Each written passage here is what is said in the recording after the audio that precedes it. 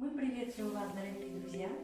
Исторически сложилось так, что Казахстан стал полиэтнической, поликонфессиональной республикой, где обрели свою вторую родину многие народы. Каждый народ, проживающий на территории Казахстана, имеет свою неповторимую историю национальной культуры, значимым составляющим которой является народно-прикладное искусство. И сегодня речь пойдет о текстильном искусстве разных народов.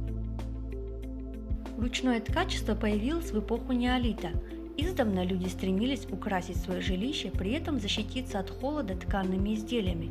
Произведение ручного ткачества – важнейшая составная часть традиционной бытовой культуры каждого народа. В коллекции Акмолинского областного историко-краеведческого музея хранятся около 60 образцов тканных изделий. Традиционное ткачество казахского народа отражает развитие его духовной и материальной культуры.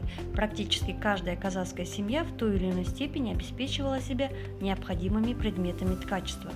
В качестве материала использовалась мягкая эластичная шерсть овец и верблюдов, весенние стрижки с небольшим добавлением осенней, что делалось для прочности нити.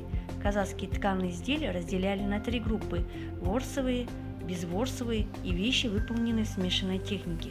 На горизонтальных и вертикальных станках ормек ткали алаша, сумки для перевозки посуды, баскуры, бау, жельбау и другие.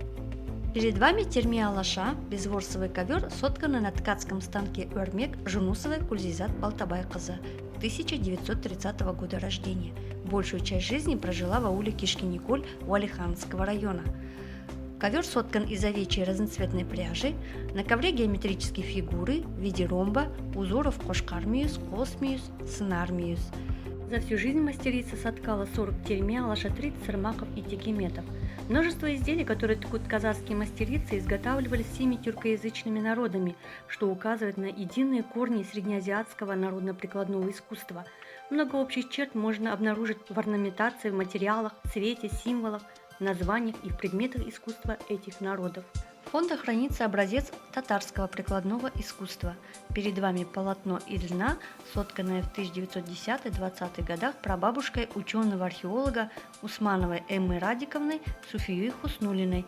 Полотно соткано на ткацком станке из окрашенной льняной пряжи. В татарских семьях в большом количестве ткали льняное полотно, отрезая от него по мере необходимости. Из него шили пологи, полотенца, скатерти, покрывала. Бабушка всю жизнь прожила в деревне Сабы Казанской области Татарстана. Полотно вместе с другим приданым лежало на дне сундука и было передано внучке. Народное ткачество славян – обширная многоплановая тема, поскольку тканые покрывала, одеяла, половики создавались и широко использовались в народном быту.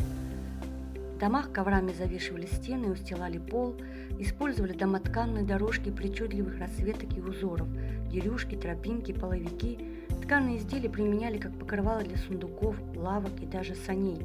Традиции ткачества тесно переплетались с трудовым воспитанием в семье. В прошлом женщины сами обрабатывали растительные волокна, шерсть, очищали полученное сырье, а затем пряли, красили и ткали. Ткацкие станы Кросна стояли в каждой избе. С 10-11 лет девочки обучались ткачеству. Рукотворные вещи бережно хранились, передаваясь как семейные реликвии. Дорожки с узором из поперечных полос встречаются в работах различных мастериц Акмолинской области. Бубич Елена Йосифовна передала в музей постилку дерюжную, сотканную из льна на ткацком станке Кросна, является частью ее приданного. Бубич Елена проживала в селе Зеленое Астраханского района, приехала в Казахстан из Беларуси на своей инициалины. В годы войны родителей и 3 сестер расстреляли фашисты. Ее спасло то, что она ушла в соседнее село за продуктами и заболела тифом. Медведева Анисия Борисовна из села Покровка от Басарского района в 2006 году передала в музей домотканную разноцветную дорожку из льна, сотканную на станке Кросна. Семья ее родителей приехала в числе первых переселенцев из Полтавской губернии. Сама она всю жизнь проработала на комбайне и тракторе. Польские и украинские ковры выполнялись в технике гладкого ткачества или гобеленового переплетения, украшались уступчатым геометрическим орнаментом, в котором каждый цвет имел множество оттенков. Один из таких ковров ручной работы с геометрическим растительным орнаментом размером 134 на 212 см сдан жителям города Кокшетау Николаем Иосифовичем Суховецким в 2005 году.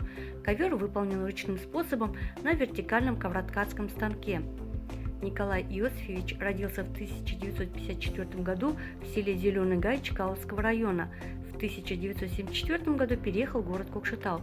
Мать Мария Павловна Ваховская, 1928 года рождения, происходит из польской семьи, которая была депортирована с территории Западной Украины в 1936 году в точку номер 11 для спецпереселенцев в село Зеленый Гай Чкаловского района, а ковер в качестве приданого был подарен родителями Марии Павловны в день ее свадьбы.